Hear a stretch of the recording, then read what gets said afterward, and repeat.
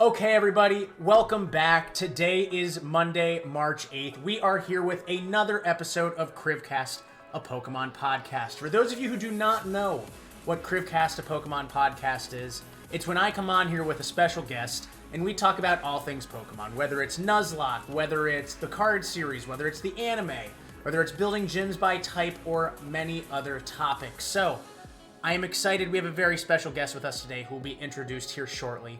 But in typical fashion, let's go ahead and start off our Crivcast with a little Tell Me Something Good. Tell me something good. Cheesy dance moves included with that. With our Tell Me Something Good, we got three major shout-outs coming at you. First off, I would like to give a huge shout-out to Simon, who had a very successful charity stream over this past weekend, raising over 1,000 pounds. I'm an American, so I have no idea what that comes out to US dollars, but it's a lot of money and it deserves a special shout out. I would also like to give a very special shout out to Nova. Congratulations on your new job. And as we previously discussed here, a special shout out to my wife, who recently accepted her new job. I know some of you have been following along with that. So that is what we have for this Monday's Tell Me Something Good. Congratulations to Simon. Congratulations to Nova and Mrs. Criv on the new job. Everybody's been pulling for everybody, and as always, keep spreading that positivity. If you have something to tell me something good, make sure you hop in the Discord and let me know, and you could be featured on a future Crivcast. So, that's what we got, friends. Tell me something good. Oh, this dancing is super cringeworthy, but we will leave it here, and we are actually going to get to our special guest. So without further ado, here's the big reveal. And welcome, OrangeCoconutt. You are live on screen. I know. Oh my God. He was not prepared for this. Orange, who are you? Introduce yourself. What do you got for me? I am Drew / OrangeCoconutt. I am kind of a variety streamer here on Twitch. I play some Pokemon Nuzlocke. I play other Pokemon games, spin-offs, etc. Lately getting into Skyrim. I just play whatever I fancy, Jackbox with the friends, whatever goes on, you know? So I first met Orange through a rated raid. So essentially, Yes. again, y'all know I'm a Twitch streamer. Orange is a Twitch streamer as well. You can find his information in the links below in the description. Make sure you go check him out if you have not already. But I rated somebody. They then rated Orange. I think it was Fat True. Squirrel. I'm going to be honest, I have not been in his stream, I think, since. Yeah, it was Fat Squirrel, and I was in his channel a few times afterwards, but I have not. He hasn't been streaming much, I don't think, so it's kind of funny. A little awkward, but Drew is an awesome person. If you've seen me on Twitch, you have seen that he has been involved in multiple other things on our channel, as well as same as vice versa. We try to be as involved as we can on his, but he is an awesome streamer. Make sure you go check him out. If you love Pokemon content, go check it out. If you love other Nintendo or other video game-based content, go check him out. If you like people who can juggle, don't check. No, I'm just kidding. Drew can juggle. You gonna give me a quick one on stream while I'm going? Go. Real quick. Okay, beautiful. Or if you would like to see him stack Pokemon plushies on his head, he also did that for somebody. I have done that. He will help you out. But Orange, we are super excited to have you today. Before we get to the normal content today, friends, which is going to be talking about Pokemon remakes, not just the new Diamond and Pearl that came through, but starting all the way back with Fire Red, Leaf Green, and items like that. But before we get there, we have a little bit of Pokemon news coming your way.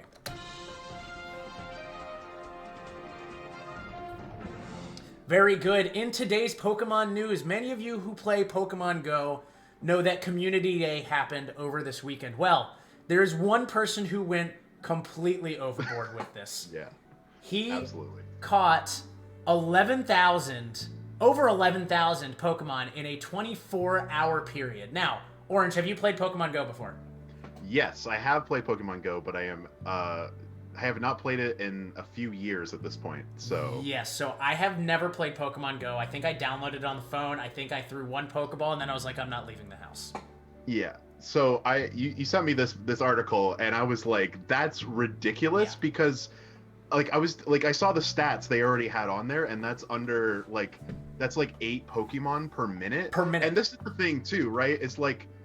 It's a whole thing. You have to, swipe the ball up, and you have to wait for it to shake, and you have to know, exactly what you're doing to catch that many Pokemon in 24 hours. He had to have been crit catching every single one, or Absolutely. a high percentage of them, which I think you can actually fix in Pokemon Go to make it a crit catch. I think it's how good you throw the Pokeball.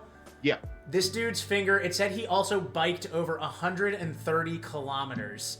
I'm an American. I don't know what that is in miles. Whatever. Probably like 70. Sure, we're going to call it 70 miles. It's probably not right. Like half it. Okay, miles. 65. Hey, I was close then. Okay.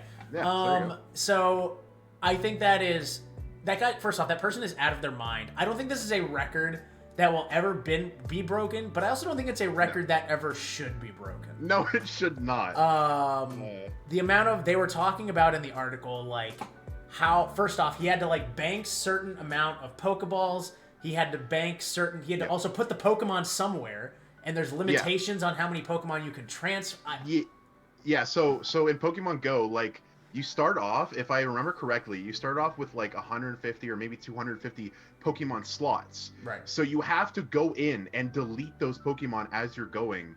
So for him to still do that, like, he's like a supercomputer. He must be. And then you have to go around getting more Pokeballs. He only, because every Pokemon, you have to catch in a Pokeball, right? Right. He started off with 2,900 Pokeballs, and he caught 11,000. That means he'd have to spin stops to get, what is that, like 7,000 Pokeballs? That is literally insane. And also, that means he was ridiculous. working as he was biking, which, friends, okay, Pokemon Go is not new. I have said this story on my stream before. I have literally almost hit somebody playing Pokemon Go. I kid you not. Yeah. I was living in Florida at the time, driving home. This is like when Pokemon Go first dropped a couple years ago. Like, brand new. Everybody was like, oh my god, we have to do it. And this is before I got back into Pokemon, which was like a year ago. But it was before then, and I kid you not, somebody walked off of the sidewalk into the street, and I almost hit him with my car. And I'm convinced he was playing Pokemon Go. He had to have been. Yeah. His head was literally, and he was doing something. He's doing the flicks. I'm convinced this guy. I do not bike or walk and play Pokemon Go. Plant your feet when you're playing. 11,800. I don't even know if I've caught that many in my career playing Pokemon. Life. Yeah. like, excuse me? Like, there's only like There's only 800 Pokemon. Yeah. 900, whatever. Yeah. But that is insane. We'll see if that is ever broken. But he only got 138 shinies on 11,000. That's like less than 1%. Yeah, that's honestly kind of terrible. That's kind of I've gone out on community days in the past, and I've like within 5 Pokemon, I've already got a shiny, and then like another 5, I get another, and I'm like, oh my god. Yeah. So, yeah. Pokemon Go, if you're a person who loves it, that's fine. I'm not here to hate on your gaming desires. Yeah. Pokemon Go is not for Criv, NFC. I don't think I'll ever pick it up, but that is, you know what? I give you props. 11,800 or whatever Pokemon. Yeah, props to you. You get person that we forget the name of. You get props on something like that. I just, but honestly, you gotta get a life, bud. What happens now? Is this the peak for that person? Probably. And also, like I have to ask, like, within 24 hours, so does that mean they must have been awake all 24 hours, correct? Like, yeah, they were out from midnight to midnight on that day. Is he eating between? Is he like doing the runner thing where he's peeing? When did he eat? Oh peeing my God, while he's riding his bike? Like, when did he go to the washroom? Like, what? Anyway. Enough on Pokemon Go. Enough on this guy. Congratulations. But that is what we have in today's Pokemon news. A little bit different from the previous Pokemon news, where we had something exciting to talk about. But this is today's Pokemon news.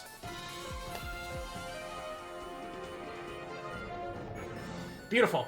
Okay, so we are going to get into today's topic, which we've mentioned it before. It is the Pokemon remakes. Now, I'm not talking about either sub-games. We're not talking about Pokemon Ranger, Mystery Dungeon. Drew, I know you love Mystery Dungeon. We're not talking about those. We are talking about the mainline games. So that would be Fire Red, Leaf Green, oh god, Heart Gold, and Soul Silver, Omega Ruby, and Alpha Sapphire, and the new Diamond and Pearl. I already forgot the names. Brilliant Diamond and Shining Pearl. Well, you know what? This is why I keep you around, Drew. This is Brilliant Diamond and Shining Pearl. We're going to be talking about these. So the things we're going to be talking about with this is what was the point of making these remakes? What did it help with the game? Where do we think they did it right? Where do we think they did it wrong? What would we like to have seen? so far and so forth. Y'all get the point with this. Now, both Drew and I have notes on this, so don't be surprised if we are looking off stream as I'm currently getting my notes pulled up, so I am talking accurately.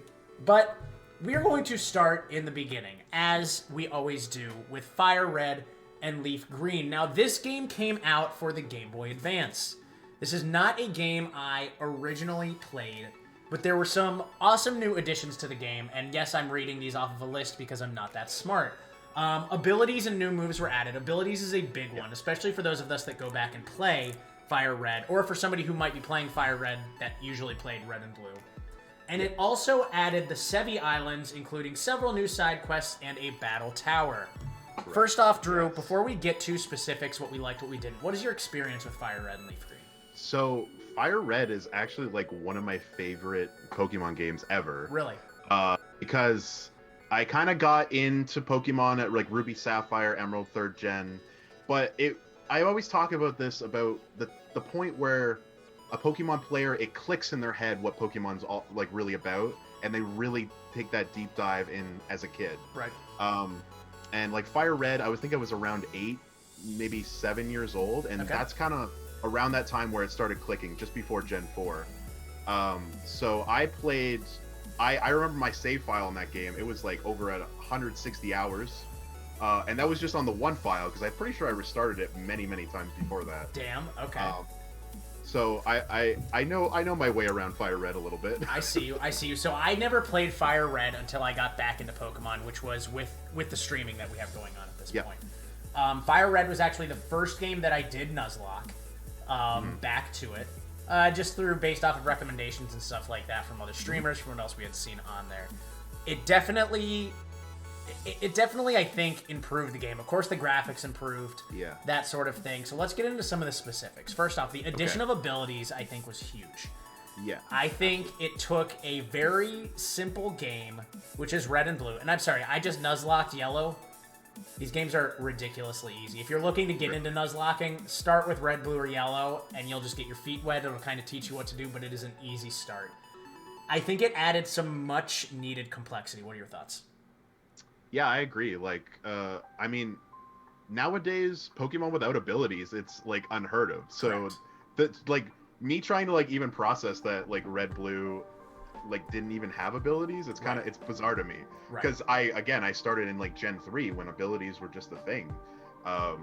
So, I think the addition of abilities is absolutely necessary, because again, you said it was too easy without them, so. It was very, very easy, and it's, I think especially as we go through, as we're Nuzlocking, as we're replaying a lot of these games, I think it adds complexity that makes the games playable. Personally, I will probably not play original Gen 1 games on the stream for a Nuzlocke or anything like that. It's not worth the time. I think for the level that we're trying to give as far as quality content, I don't think the original games hold up to the remakes with Fire Red and Leaf Green. Personal opinion. Absolute personal opinion. I mean, I agree. I never really played. To be honest, I haven't really played a lot of Blue. I played a bit of Blue when I was younger and a bit of Gold when I was younger. Okay. And, I mean, I just love the remakes because, again, that's that sweet spot. So. Yeah, and that's, I mean, I grew up on Red and Blue and Gold and Silver personally. You know, I mean, I played them since the beginning. But I also think the introduction of some of the typings, mainly dark typing, we know that in Gen 1, psychic types ripped everything. Yeah, absolutely. Mewtwo was, like, indestructible. They had, bug types, and I think bug types were the only thing super effective, and Ghost. But Ghost didn't really have Ghost move. You had Nightshade, and that's... If I'm not mistaken, Ghastly, Haunter, Gengar were the only Ghost types, and they're poison types, too. Yeah, and they were poison, so... Psychic types were unbeatable. Everybody knows that Alakazam pre-physical special split was just ridiculous. It didn't, although did they have the physical special split? I don't think so. No, they did not have it in Fire Red Leaf Green, because that didn't come till Gen 4. The true physical special. So, Alakazam still did work. Now, they did have special defense and that sort of thing added in, so there was a little bit of differences there. Yes. But, overall, the addition of dark typings, I think, really played a big part in that, because it made you sometimes have to rethink teams. And Steel, that's right. What were the Steel Pokemon in Fire Red? Could you there aren't. Moved? Did any of them? Oh, Magneton. Magnemite and Magneton. Oh, yeah, that's right. Yeah, they were added as Steel. That's right. I think they were the only ones, actually. Yep. So, I got you. Yeah, so it's the addition of types definitely plays a big part in it. Overall, I think with what they were working with, I think it was a good play by them because with Absolutely. Ruby and Sapphire and Emerald was very big for the Pokemon scene when it came to gaming. I honestly think if you take the front half of the franchise, that was probably the peak. That is when you had the most people playing. Again, I feel like it tapered off for Gen 4 and Gen 5, but I think you had the largest player base there. So reintroducing the earlier games to make them relevant again, I think first off made people say, hey, maybe I want to play this other one. Oh, that's pretty cool. And then you probably sucker them into buying Gold and Silver and find out they are so much easier than Fire Red, Leaf Green, Emeralds, Ruby, Sapphire, etc. I think it was great for the Pokemon world. I think it was great for the franchise itself, and I think it really helped continue its longevity. Now, we will get to another first-gen remake later on because it comes to the back end with Let's Go Pikachu and Let's Go Eevee, but we are going to talk about that one eventually. But before we do, the Sevi Islands. Now, I don't have a lot of experience in the Sevi Islands being a Nuzlocke. My runs stop after the Elite Four. Yeah, and that's What fair. are the Sevi Islands, and what did they add to the game? You're going to be the pro here. Yeah, I mean, I guess I'm the pro, but I remember, like, finishing Fire Red, and then I was heard, like, because the Sevi Islands, I'm pretty sure you don't, like, have to necessarily do it. It doesn't, like, after you beat the Elite Four, it doesn't, like, take your person and go, okay, now you're on this post-story mission. You know what I mean? So you have to go to Cinnabar Island, you have to talk to somebody, if I remember correctly, and then you get, like, a bus pass from, like, Bill, I believe, actually. That's right. And the whole like mini story is that you're trying to retrieve a ruby and a sapphire between the 7 islands, so that way you can trade. So you can trade with Ruby and Sapphire, which came out just previously. Interesting. So I remember it was this whole like, because it kind of felt unexplored as a kid, especially for me because I didn't know what the hell was going on. Right. So you kind of discovered it, and you're like, oh man, there's like more to this game I've been playing for like hours and hours. So it was really exciting. So like there's like little side plots. It's really interesting dialogue. Like I believe on Island 1 you catch Moltres. That's where it's actually found. Oh, did they change the birds? Because Moltres used to be in Victory Road. Zapdos used to be in the power plant. So Zapdos and Articuno are where they were. Like Articuno's in Seafoam, and Zapdos and Power Plant. But Moltres was on Island 1, like one island. That's what they called it. And I remember there was a weird enough, there was a weird like hypno kidnapping a little girl plot in the 3rd island. Yeah, it was dark. It was creepy as hell. Pokemon's as a kid. weird. Pokemon's weird. But anyways, continuing on. So you get the Ruby, I believe, after the first 3 islands, and then you have to go and catch all these other Pokemon, or you have to go retrieve it from like Team Rocket who stole it or something. Okay. But the interesting thing that was cool on these 7 islands were there were Johto Pokemon on them. Like, I believe there were 2nd-gen Pokemon that you wouldn't find in Kanto on these islands. So it was kind of introducing, like, this new breath of fresh air after playing through Kanto. So I found it really interesting as a kid, but I don't know how well it holds up nowadays. But. Yeah, so I think that's where somebody in the chat said something about introduction of Steelix. I can see that's where potentially Steelix get introduced, as well as some other, maybe a dark type or another steel type or some of the new typings that come through there. Yeah, I remember catching Yanma in like Island 7 or something. So okay, that's weird.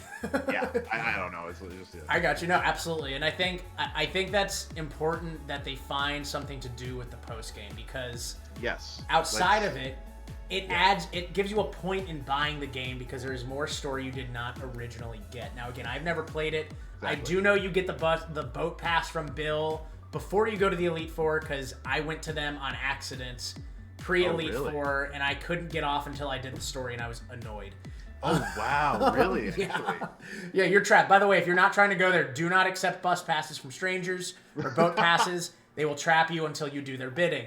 Oh, my goodness. I think it's an awesome introduction. I think they need something like that in all of the games to make it a little bit different, but I don't think it is that hard because they don't have to change the base part of the game. In its core on what it is. So I think I think it's good. I think it's a way for them to differentiate the games from each other, and I think something like that definitely is helpful. Yeah, I think we'll go over this in other generations, but I really believe that if you're going to remake a game, you have to have everything that was great about it, and then, you know, like, what's expected is the flashier graphics, the improved, like, like just improved what is it, quality of life Okay, yeah. things to the game, just improve the game, but keep it the same, and then add something extra. Like my idea is like, because the 7 islands weren't originally in Red and Blue, like that's Right. kind of like almost like a DLC added almost. So Good if way to put every like Pokemon remake could have that little DLC aspect to it, it would be exciting, right? It would be more like incentive to buy, right? So what you're saying is you've just given Nintendo the idea to not give us the content included, but later charge us an Okay. extra $20. Yeah, but this is the thing. Fire Red, it was included in the game price. Yeah. So we need to not do this like extra charge afterwards. Oh, we're all going to be buying 6 more Crown Tundras every time they release a game. I know. But that's the thing. It's like, please include it in the game, because you're just reusing a game that you've already made, right? So give something more. I get it. That's what I'm getting at. Absolutely. So that is the first remake that came through, and you brought up a good point that remakes need to have quality of life, improved graphics, and I think it's important as we go through these, we judge all of them also based on that and bring that up. So do not let me forget to comment on those. You as well, feel free to. I think so. Moving into the next gen, which then becomes Heart Gold and Soul Silver. This one came out with, it wasn't, this came out with White and Black, right? No, before White and Black, yeah. So it was Gen 4 and a half. It was Gen 4 and a half, yeah. Okay, so this one came out, Gen 4 came out and on the DS, I believe. This was not Game Boy Advance. Correct. Yes, this came out on DS. I never got to play this one until I Nuzlocked either. Again, I didn't personally buy remakes, but introductions that came here that were not on the original one. I am told abilities, physical special split, new moves. They introduced Pokemon that follow you, which I think is a great addition, and we'll talk about. Gym leader rematches, some extra evolutions, as well as introductions like the Safari Zone, Battle Frontier, Viridian Forest, Cerulean Cave, some of those. So, let's start. Again, we've already talked about abilities. We understand the addition of adding them to the game. The physical special split. Now, I have gotten this wrong on a podcast before, so I'm going to give this another try. Physical special split was changing moves based off of their physical hits or special hits. Previously, all flying moves, for example, would be special. Okay. When you'd think they'd be physical. Like Yeah, all I fighting thought moves would be physical. So they would play that way. It's not the split of special attack and special defense. I'm explaining for myself. I know you already know this. I'm explaining for myself and to renege on my information that I had No, previously please remind me, because honestly, you said that, and I was like, oh, Gen 3 didn't have the split too? I thought it did. It did not. So it did not. I It did didn't not have realize the it was a physical Gen special 4 move thing. split. I thought it was Gen 3 and later that had that. So. Right. Was flying physical? Flying might have been physical. I don't know. Okay, Psychic is always always special. Now, Psychic could be physical, and I think there are a couple moves out there that it is. But I think that is a big game changer, and that is something that truly brought Pokemon into a more strategic setting. I'm not saying the earlier games could not be strategic. They could.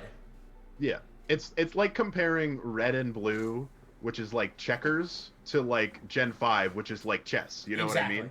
Like, there's a reason. There's a little more thinking going on. Exactly. There's a reason that, at least, again, I talk from a Nuzlocke point of view more than just a general gameplay. Gonna be honest, all the Pokemon games are pretty easy if you're just doing a base playthrough. Of course. Apologies, but it is what it is. But from a Nuzlocking perspective, this is when things got more difficult, for sure. That's why you see Platinum, Black 2, White 2, even Ultra Sun, Ultra Moon becoming the most difficult games to Nuzlocke. It's not because the idea of Pokemon got any harder, but the introduction of this physical special split brought strategy into it. You cannot just run through and say, I have Alakazam Psychic! Yay, I kill everybody! That's gone. I have Nidoking, Earthquake. Exactly. You know what I mean? So it brought some complexity, and I think it is a good addition, especially to a game like Heart Gold, or Gold and Silver. What are your thoughts on that? Totally agree. I mean, I don't really have much to add, but for people who've already played Gold and Silver, like this level of complexity, it's adding something new. It's kind of giving it more of a competitive scene, which the Pokemon franchise really loves. Like, they have tournaments like yearly. Right. I think even like in certain areas of the world, like there's like weekly events that'll happen. Right. So it's kind of just making the game more popular by making it a strategic game, because you can play it at this competitive level or at this casual level, whatever you prefer. So. Absolutely. No, I 100% agree.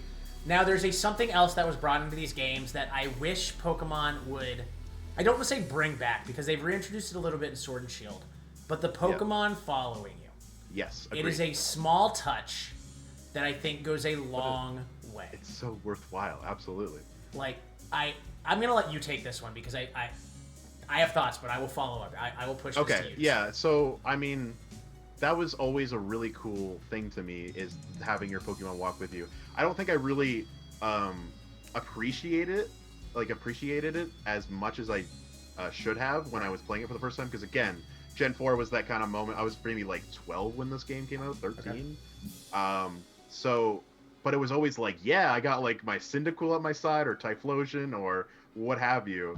And you haven't seen that happen many other times before, other than like Let's Go and then Sword and Shield a little bit.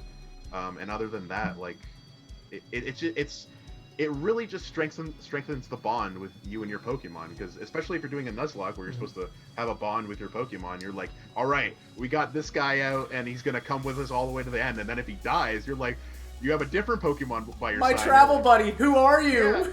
Yeah, it's like, so exactly. No, absolutely. I think it is something that it would not take them a lot to put in the game. But I think as far as from a business point of view, and y'all know I take this different approach because it's what I do with my job. For Pokemon, their goal is to get people as engrossed in this as they can. Now, of course, I'm going to point behind you, Orange, to all of these plushies and stuff like that. If you want to pretend that doing things like following Pokemon does not add to that, you're out of your mind. Because people will be like, I always have my Cyndaquil by my side, just like you said, exactly. And that's fine. And there's nothing wrong with it. But it's just like, from a business point of view, they could so easily target and make more money. Absolutely. And we know they're all about making money. Yeah. And that's the thing, too. It's like that connection, that form you bond with your favorite Pokemon. Everybody's got a favorite Pokemon. And then, you know what? They're going to make a plushie of that Pokemon. Absolutely. And you're going to be like, I want that because that's my favorite Pokemon. Exactly. That's an extra $30 from every human being on the planet that plays Pokemon. Exactly. Like, it's easy money, I think, and it's just not targeting the plushies, but I think it's good for the relationship building and kind of getting people re-engrossed in Pokemon. They brought it back a little bit in Sword and Shield. I have not played Let's Go, but I understand that that's again, somebody in the chat said that's the best they've ever done it. Yeah, I don't want to spoil a bit of a little Sun and Moon thing there anyways, but I remember in the trailer for Sun and Moon, they had, like, Pokemon's all about nostalgia. Like, I cannot talk about Pokemon without being like, they base, from a business standpoint, they base all their games off of nostalgia. Yeah. So they'll show you a trailer where, this little boy is playing his Pokemon Red game with his Charizard. And then for Sun and Moon, they had showed this trailer where he grew up. He's like this working adult now, and he walks by this game store, and there's a trailer of Sun and Moon playing, but there's a Charizard in it, and he's like, I like Charizard. And he's like deciding to purchase this game because of nostalgia. Like, it, absolutely. I feel that. I think it adds a special depth. Pokemon, if you are listening, just make this a baseline. I don't think a single person will sit here and complain, oh my gosh, I'm tired of this Pokemon following me. But you're likely to get people complain, it's not, and I want it to. Like me. So fix it and do better. Anyway, what else do we have here for Heart Gold and Soul Silver? Following Pokemon, we talked about gym leader rematches. I don't do a lot of that because my Nuzlocks end as quickly as possible. Yep. Usually because I don't get that far. But they end as quickly as possible because I don't want to continue dying or having to reset. That sort of thing. So I think gym leader rematches, they're fine. I think if you're playing the Pokemon just for the game itself, I think it adds, again, more of a challenge. And I think rematching the gym leaders with upgraded teams makes the gym leaders almost how they should be. Yeah, and it's exciting too because you're watching these gym leaders grow where you haven't seen them before. Exactly. And we're all used to rolling in, stomping. Oh, let's see, who's a Gen 2? Faulkner. with a Pidgey and a Pidgeotto. You know what I mean? We just did that today in my stream. But being able to add a whole team that they have that could be a solid team, and I think you can do it with the Johto ones. I could be wrong. I'm not sure. But regardless, a stronger team is something that I think is definitely cool to add. I think it's definitely necessary. We got a lot of... Go ahead. Sorry. I was going to say, is this... I don't know if in Gold and Silver, could you catch both legendaries in either version? No. You could do that in Soul Silver and Heart Gold, too. Yeah, so at level 40, depending on what game you pick, Heart Gold, you would catch Ho-Oh. Soul Silver, you catch Lugia. And then I believe they come in later at level 70. So there's so many like deep layered benefits to buying these games. I also put in double battles as well. I don't think double battles were a thing. Double battles were not a thing. Were they a thing in Fire Red, Leaf Green? Yes. Okay, so double battles were added. They were very rare in Fire Red, but they were there. Yeah, and they probably picked them up a little bit more. So I think double battles. I agree with that one. I think it adds some depth. The extra evolutions, you got things like here it says Tangrowth, Yanmega, Togekiss. Oh, is it Magmortar? Would he have been introduced by that point? Electivire. Yeah, because it was after Diamond and Pearl, so Electivire, all those Yanmega, like I don't know if those are all those Pokemon that deserved evolutions finally got them. Well, yeah, most of them. Sorry, Jinx. Most of them. But sorry, Absol. Yeah, Absol still needs an evolution that's not a Mega. But they made it a Mega. Why? Maybe soon. Let's see. A bit of the Safari Zone Battle Frontier, don't really care. They added areas. Go ahead. I was gonna say one thing that I kind of did a little bit of research or whatever because I wanted to talk about stuff. So in Fire Red and Leaf Green, kind of going back to that, they added a wireless adapter, and in Heart Gold and Soul Silver, they added a Pokewalker that came in the box. So the wireless adapter for Fire Red and Leaf Green was like more incentive to buy the game because there was this DS functionality before DSs were even a thing. You could attach it to your Game Boy SP, and you could trade wirelessly. You'd have to be within a couple feet, of course. Yeah, exactly. But they were, I think they were like trying to like get like little gimmicks and little toys as well, in with their games. I get that. In Heart Gold and Soul Silver, the Pokewalker, I used it a little bit. Like I brought it to school with me. You could put a Pokemon in it, and then you would walk it, and then it would find items for you that you could transfer later to your game. It sounds ridiculous and stupid, but to a kid, that's awesome. I was like, look, I'm going to school with my, like, Tauros or something. Like, it was exciting at the time, right? Oh, Drew. Oh, I would have beaten you up in school. Okay. Oh, my God. Just kidding. I'm not that bad. But no, I think adding little things like that, now you can probably import them. I mean, you can do Pokemon Home and crap like that. But I agree. Pokemon Go has essentially captured that. But I think adding those little things in, I think definitely, again, anytime they can accessorize or give you a reason to buy the game, I think that's a big part of it. It was too, because it was like the Pokemon Go before Pokemon Go. That's true. Take your Pokemon with you, walk around with it, get exercise, and every step you took was like more like XP. I think every step was they got an experience. Point. Yeah, so you could level up your Pokemon on the go. So you'd like awesome. feel like a real trainer out in the wilderness. I take it back. I wouldn't have beaten you up. I would have given you a hug. I think that's pretty awesome. I think that's awesome that they give experience and stuff like that. I think there's absolute additions in that other than for that. Sure. Let's see, what do we have? I think they opened up some areas that were not originally available, like Viridian Forest and Cerulean Cave.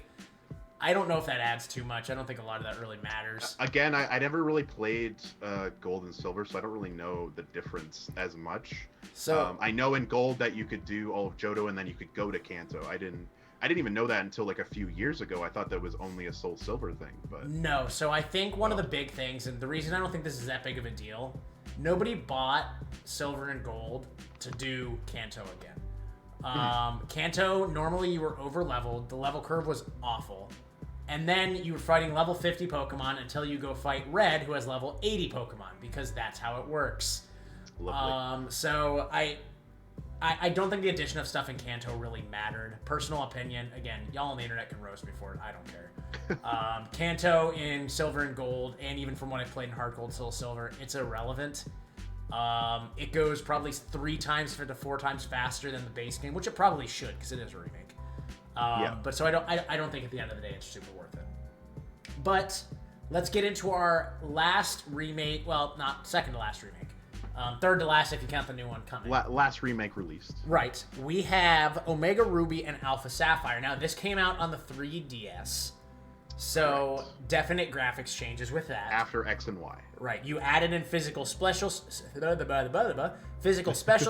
fairy type, a big one, and we will talk about this as Mega Evolutions. Yes. New moves, reusable TMs, national decks, as well as some cities being opened up. Okay, physical special split, we've already talked about that. We get that. Fairy typing. Okay. The fairy typing. Fairy typing. Important. Yeah. Dragons are overpowered. Yes. At the end of the day, saying an ice type is the only thing that can take down a dragon, we all know you're lying and you're full of crap because it doesn't work that way. The introduction of fairy types as a whole in the Pokemon, I think, was brilliant, and I think it was necessary. Yes, absolutely. I still think they can continue to add types, and I would not necessarily be mad about it. I really don't care. As long you know as what I mean? balance. As long as they balance. Exactly. I think that's a big part of it. But I think fairy typing, introducing it into these games, especially now, let's see, Emerald or Ruby and Sapphire, I'm trying to run back through. You didn't fight Lance in those, did you? No, you didn't fight Lance. You fought another Dragon type Elite Four member, That's though. true. Drake. That's right. Yes. Exactly. Now, in these games, if you want to win, it's pretty easy. Through all the gens. Gen 1, you get a Dragonite. You win. Congratulations, you played the game. Gen 2. Who's the Dragonite of Gen 2? Kingdra. You get a Kingdra. Game over. Yeah. You get a Dragonite. Game over. Same thing. I think adding fairy types made these games a little bit more difficult and a little bit more strategic as needed. Now, they needed more fairy type moves, I feel, but you got what you got. What are your thoughts? Yeah, I mean, the introduction of fairy types in X and Y was awesome. I found it very weird at first, as I think most people did. They were like, fairy type? What? Yeah. What? That's not an element. Fairy isn't an element in this world. But no, like dragons were like overpowered as all hell. Like, like I believe Rayquaza was a dragon type as well, right? Flying dragon. Flying dragon. Like, there's so many dragon types that you could just throw in, and they're resistant against water, fire, grass. They're resistant against like 5 different things before fairies were introduced. Correct. And they were only weak to ice. Ice. They were ice not another weak. dragon. Ice another dragon, but yeah. Right. So instead of packing a dragon with you, you could pack, fairy type. this little Flabebe or something. Flabebe. Yeah, no, I got you. So, I got you. So I think it was a good introduction. I feel that you agree. Now, here's one that I don't know a ton about because till I played Pokemon X and Y, I had never seen it. Mega Evolutions. Mega Evolutions. Now, I got a poster right here of all of them. We talk in the community about how Mega Evolutions are probably the most requested. People hate Dynamax. People don't love Z moves. If you're going to go with anything, people want Mega Evolutions. And there are also rumors that in the upcoming Diamond and Pearl, they might be doing Megas instead of Dynamaxes again. Yeah, probably. What are your thoughts on Megas? So, when Megas were introduced again in X and Y, I was kind of like... Again, there's all these changes that they added to new generations that, if you've played a generation or two before, you're like, this is dumb. Like, what is this? Like, they're trying to copy, like, Digimon or something with, like, Digi-Evolutions, and then it could downgrade back over. It added, but then me and my friends, when X and Y came out, we'd play on our lunches at high school or whatever. Right. And I remember having a very strategic element to the game. Like, I remember you would have a couple Pokemon, 3 Pokemon maybe on your team, that also had the Dynamax item equipped, like Blaziken, I don't know, like your Blastoise or whatever else came in X and Y. And you'd have to decide, like, when's the right time to Mega Evolve and use that turn and start, like, attacking as this Mega Evolved Pokemon. And if you made that Mega Evolution choice, you couldn't go back and Mega Evolve something else. Right. Or downgrade. Where Dynamax, it's kind of like you're committed for 5 turns, done. 3 turns. But Mega Evolutions, you could turn them back, you could return the Pokemon, bring out another Pokemon, and still have that Mega Evolution Pokemon in the weights. Right. Or in the wings, rather. Right. So I really liked it, honestly. Like, I think it really adds an interesting change to competitive scene. I'm not even really that big of a competitive player. I get that. But I found it really fascinating. I agree. I think it adds a different level of strategy needed. Even playing the game, there are a lot of issues you got to plan a little bit better just in the base game. They made the base game a little bit harder. You have to plan for those megas. They're not always the easiest to kill, and if you don't kill them, they're probably going to kill you first. Yes. And they don't go away, which is, again, I think that's one of the good terrifying. things. Exactly. Absolutely. Exactly. While, like he said, with Dynamax, again, you get 3 turns of Dynamax, and then you can Dynamax again, I believe, after a certain amount of time. Maybe is it only 1 per battle? It could only be 1 per battle. I believe it's only 1 per battle. Okay. I clearly know a lot about Pokemon. Now I'm really confused because you're like making me second guess, and I'm like, it probably is. You're probably right. I don't know anything. Don't let me make you second guess. So I think the addition of Megas, I think it's interesting. I think it adds that extra twist onto the game. Now they added some other spots on the maps with like Mauville City, New Mauville, Sea Mauville, Mirage spots, etc. I did not explore these a lot myself, personally.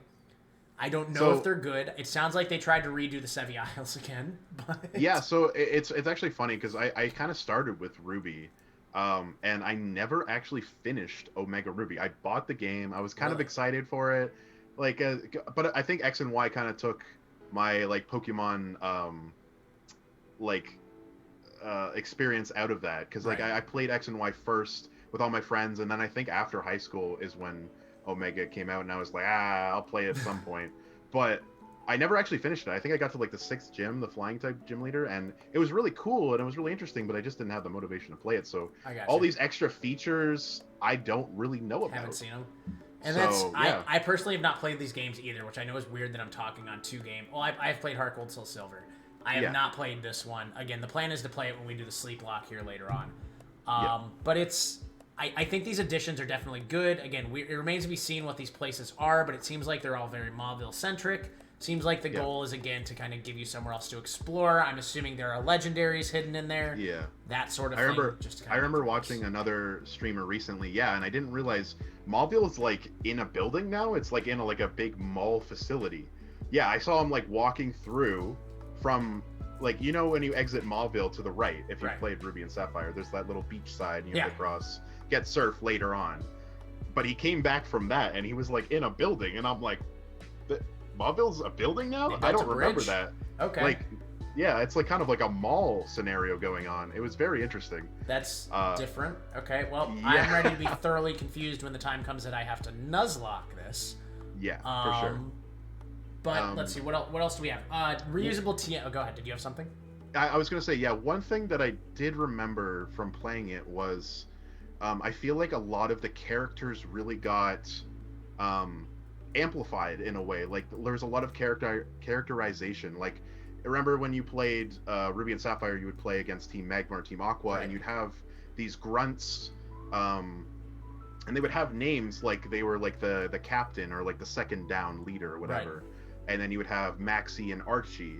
But they really kind of redesigned them for these remakes. And I really enjoyed it because they kind of stood out a lot more as characters. Where in Ruby and Sapphire, they were kind of like, only the leaders stood out. But in the remakes, like even the sidekicks, like commanders and stuff like that. Yeah, the commanders, like for the evil organization, they really stood out. They had their own characters. They had their own designs. They had like dialogue that was interesting. They were like bickering with each other at some points. I think that's definitely a pull from like Pokemon X and Y. I mean, I feel like that's the first time. I know we got a little bit of it with Diamond and Pearl, Black and White, a little bit. But I feel like at X and Y, when I played through, that was the first time that they really tried to have other important characters that are not Archie and Maxie. So it sounds like they bled over a lot of that, which I think is good for it. Again, character development, story development, I think that's definitely good. Yeah, and I think a lot of people really enjoy Pokemon trainer designs in general. Like a lot of nobody really has problem with Pokemon trainer designs. Like, they're always spot on. They're well designed, and like, you see fan art of them everywhere. Like they see a new character. I remember when Sword and Shield came out, Nessa the Water type gym leader came out, and people were like, there was art everywhere on Twitter. Like, everybody was like, I love this design. I should have thought of this. I got you. No, absolutely. I think it really adds a different layer to previous games where you just see a sprite of the same Team Rocket member or over and over again. Or cool yeah, trainer. or again, or, exactly. Lass. Yeah, exactly. Yeah, and I believe they did add a Pokemon contest, like kind of storyline. I would say there was like a Pokemon contest star. I forget her name, but she was in that game as well. That kind of led you through contests all over again. Okay. When they were introduced in Ruby and Sapphire, because that's, I think only that and maybe Diamond and Pearl. I think they gave up on it after that. I think they gave up on Pokemon contests or that sort of thing. I mean, I remember playing them when I played Sapphire, because Sapphire was the main one.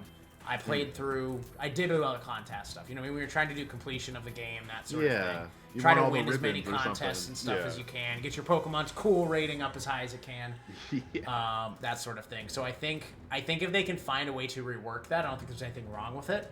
I think the biggest thing, if they want people to get into it, there has to be a reward that is worthwhile. Absolutely, and I think there was maybe a slight reward. Okay. I believe this character might have like given you items and stuff that were helpful in certain scenarios. I believe you had to do a contest to actually progress the plot at one point. Okay. And she gave you like an HM to use or something. I could be wrong in remembering that, but I remember it had a lot more significance, and I kind of appreciated that because like Pokemon Contest was just kind of like the side thing you could do if you want, just to kind of fit with the anime theme of May or Dawn or whoever. Right, exactly. Yeah, it was interesting. I gotcha. And I think if they can continue to grow on that, I haven't played it, but I hope when I do, it is worthwhile. Again, get rid of Pokemon Studios, because honestly, Pokemon Studios was garbage. That's a different gen. That's another story. Black 2, White 2. That's just what contests and stuff remind me of. It's awful. It's a mandatory storyline plot. But I think if they can make a optional reward that is worthwhile, tie some TMs into it. Tie rare candies. If you get like items, like 6 Pokemon who won every contest, give it a Master Ball. Why exactly. Like, you know, somebody's put some time into that. They deserve it. Absolutely. So I think that's definitely a good thing that they can grow back. The last thing that I had on this gen, and we will move on to Let's Go Pikachu and Eevee quickly, and then do some brief discussions on Diamond and Pearl. Sure. I think introducing reusable TMs is the smartest thing they could have done. Mm-hmm. Now, again, I hated back in the day having to decide who gets Thunderbolt because there's no other good electric moves. And if you didn't give it to your Jolteon was screwed. Yeah.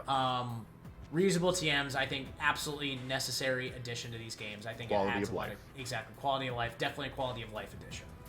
Okay. Let's go Pikachu and Eevee. I'm out of notes on this now at this point. Okay. You've played Let's Go Pikachu and Eevee. I have played correct? Let's Go Eevee. Yes. Okay, so these are a remake of the Kanto region again for the third time. Correct. For the third time. Necessary or no, and what are your thoughts? I have a lot of thoughts about this because this was whatever. I'm in Canada. This is an $80 game, whatever, $60 game, full price game here, right? And I went all in. I was excited for it. I was like, the newest Pokemon on the Switch. They were like, yeah, you're gonna play Kanto all over again. Look at all these additions in 3D. Catch all these Pokemon roaming around. You can roam with your Pokemon beside you. Open world. Have your companion. And there was a lot of things that looked really interesting to it. I bought this game. I bought the Pokeball with it, the Pokeball controller, because why not? I was like, all right, I'll go all in. Exactly. I feel that. And I went through the game. It was okay. There was little things like you went along with Eevee. It learned special moves. There was hilarious moments. You could put sunglasses on your Eevee. It was hilarious. I loved it. But when you got to like the end of the game, and you know, it kind of took, I think I took 15 hours maybe to complete the game, and I took my time. I was like, I took my time. I would leave it sitting there for a few hours, whatever, while I did other stuff or wasn't paying attention, talking to friends. I played it for 15 hours. I beat the game, and then when I played Fire Red, you've heard my experience with Fire Red. Right. After the game, I'm expecting, you know, something. There's nothing. After Let's Go Eevee, there's nothing. The only thing that you can do is go around and try to get your title. So, like the after story to this game, there is none. I'm gonna say that now. But the only thing that you could do was go around to, there was 151 trainers that you could go and beat. And sure, that sounds cool. It's like every 151 trainers that have one Pokemon that is their like undefeatable champion, and if you defeat them, you get the title of like Master Venusaur Trainer, Master Pikachu Trainer, Master Pidgey Trainer, whatever. Right. But their levels of these Pokemon were like in the 70s or 80s, ridiculously high or something. You could not rebattle any trainers other than the Elite Four, who were at level 50 or 60, and these Pokemon were at level 80. No joke. Like it was something a 20 level difference. So what they wanted you to do to complete and get every master title, you would have to go and grind your Pokemon. And this is the thing too, to beat these trainers with these Pokemon, right? You have to battle them with that selected Pokemon. So to get the Venusaur title, you have to train a Venusaur to level 80 and defeat it with that to get this title. So that means grinding through the Elite Four with 151 Pokemon. No. To go and complete this challenge that they've set upon you. That was it for post-game. I'm disgusted. That was it. There was no islands, there was no battle tower, there was no battle frontier, there was nothing. I was mad. I was very mad. So you can look on my Switch. You're good. On my if you have my friend code, I played it for a certain amount of time, and that was to me completing the game, and that was it. And I think it was like maybe 20 hours I put in this game, and then that was it. I dropped it. I didn't touch it again. Best so $60. That's $3 an hour you're paying. And it was full price. That's the thing. It was full price. It is still full price. I've been trying to buy it. It is still full price. I know. Why is it still full price? I don't know. Why? I don't know. Anyways, continue. My understanding on it is people use it for shiny hunting a lot. Now, can you transfer between Pokemon Home and Let's Go Eevee, Let's Go Pikachu? Yeah, you should be able to, because the thing was that you could actually the cool thing they were trying to implement was you could bring your Pokemon Go Pokemon to Pokemon Let's Go, and then you catch it in there, and then you could transfer it to home and then transfer it to your DS or whatever have you. So that was kind of what they were trying to do, I guess.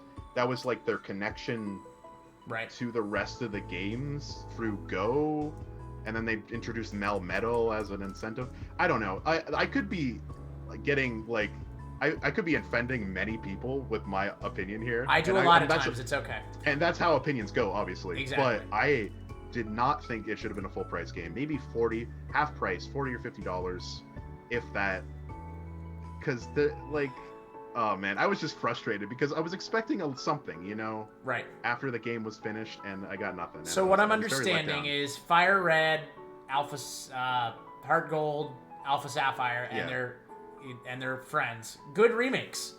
Yeah. Let's Go Pikachu and Eevee. Hot garbage. And that's the thing too. It wasn't taken for a competitive side of things. I think it was more suited for, you know, your 7-year-old that and you're like, you know, you're in your 30s and you played the original Red or whatever, and you were like, oh, I'm gonna introduce this with my kid and play with my kid, because there was a 2-player kind of dynamic that you could do, which was interesting, and you could catch Pokemon at the same time by throwing like the Joy-Cons at the screen. They were literally just you had to do it. You had to do it at the same time.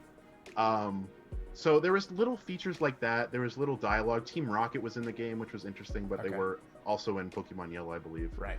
I don't know. I just don't think it was worth the full price, to be honest. I did like to dress up Eevee. That is correct, Katie. You have it here.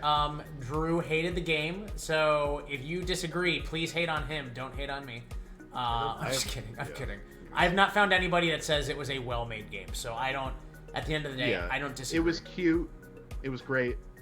I liked it. Again, I liked it. I played it for 20 hours of my time. That's almost a full day. Right. But I just don't think it was worth full price. I got you. So I will give you one last soapbox rant here, because everybody heard my expectations of Diamond and Pearl, the remakes, Brilliant Diamond, Shining Pearl, whatever it is. Yep. What are your thoughts? You got about 2 minutes. What do you got? 2 minutes? Okay. Yes. I'm excited. Okay. I'm really looking forward to it because I really like Diamond and Pearl. And again, it's at that point where Pokemon clicked in my head. I love Diamond. I love Gen 4. I love Platinum. I played through, I think, Pearl 3 times. Played through Diamond once. Played through Platinum once. I played it a lot in whatever grade I was in. So I'm looking forward to it. I know like the style they kind of chibied down for the sprites, Yep. and there was a big hubbub about that. I think it'll be fine. Initially, I found it kind of weird, but at the same, like as long as the game is presented in the same manner as these other remakes, other than Let's Go, Right. I think it'll do fine, and I think I have some faith in them. But I hope that it's not just going to be another hashed nostalgia factor trip that they want you to purchase just for the sake of money, right? I gotcha. Like, I get it. I want a little more substance, a little more quality over quantity, you know? Right. So Okay. So looking forward to it. Looking forward to hopefully get to play with you when it does come out as well. yeah, absolutely. We are going to switch to kind of how we normally close things out, which is Pokemon cards. As I am flashing a bunch of codes in front of the screen, what is your experience with collecting Pokemon cards? What is the rarest card you've ever pulled?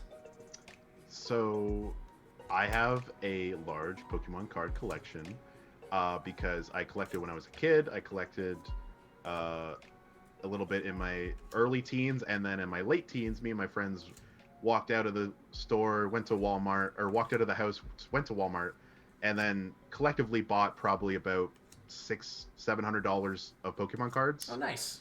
And we just had made a day of it, and it was incredible. And we kind of got into it for a couple years there, but haven't been into it recently, and I need to go through my card collection. Maybe do a unboxing stream of some sort. There you go. Lots in the waiting. Very good. So we are going to open up a Sword and Shield pack. Again, I'm out of expensive packs, guys. I apologize. It happens. Pokemon cards are stupid expensive right now. They're all expensive now. It's ridiculous. Before I even open it, I'm going to put my guess in for the Guess the Energy to be fighting. Drew, what is your guess? Fire, I guess. Fire. Okay, chat, feel free to throw your guesses also in the chat below. Let's see. 1, 2, 3, 4. Give you a second to get the chat guesses in. Going once. Going twice. I always get it wrong. Dark. Damn it. Nobody ever guesses dark. We got an True. air balloon. Pokekid. Heatmore. Can't read. Reading's hard. Diglett. Ferroseed. Goldeen. Roselia. Joltik. Joltik's cute. Reverse Clobbopus, and ooh, Victini Ooh, V. let's go, baby! Hey, we actually got a card. Hell yeah. Hey, you know what? I pulled a card when Chasey was on. I pulled a card when you were on. Y'all need to come over so I can open some Pokemon cards. I think the good luck charm is in like that you just house. put the pack in my hand and I'll just here you go. Exactly. Absolutely. Well, Orange, it has been fantastic having you on tonight. Yeah, thank you for having me. This is so fun. Thank you for doing a later stream so that I could join you. No, absolutely. We will have to do this again. You're a wealth of knowledge. You probably know more about Pokemon than I do. So thank you for that. Again, everybody, make sure you go check out Orange on Twitch. I will also put a link to his Twitter, one of them. You have like 7 of them. One of his Twitters down below. Make sure you go drop him a follow. The good news is we normally don't stream at the same time. So you can enjoy my content, you can enjoy Orange's content, and you don't have to worry about Everybody overlaps. wins. Exactly. We are not competing here, which honestly, no streamers are competing, but you know what I mean. So again, thank you for coming out. Exactly. Oh, other way. There you go. Yeah, there you go. Thank you for coming out, Orange. It has been great. Course, I really anytime. appreciate it. If you are ever interested in potentially being on a Pokemon podcast, make sure you, again, follow the Discord in the information below. Follow me on Twitch. Follow me on Twitter. And get involved in the community. We got a fantastic community. Some very awesome people. You'll get to talk with some awesome people with Orange that way. Orange as well as Chasey, Ben, other people that you see here in the chat. So come and join us. We don't bite. We promise. But as always, friends, keep spreading the love. Do what you can to make the world a better place. And remember, it's a great day to make it a great day. We will see you in the next video, friends. Have a great one. Bye.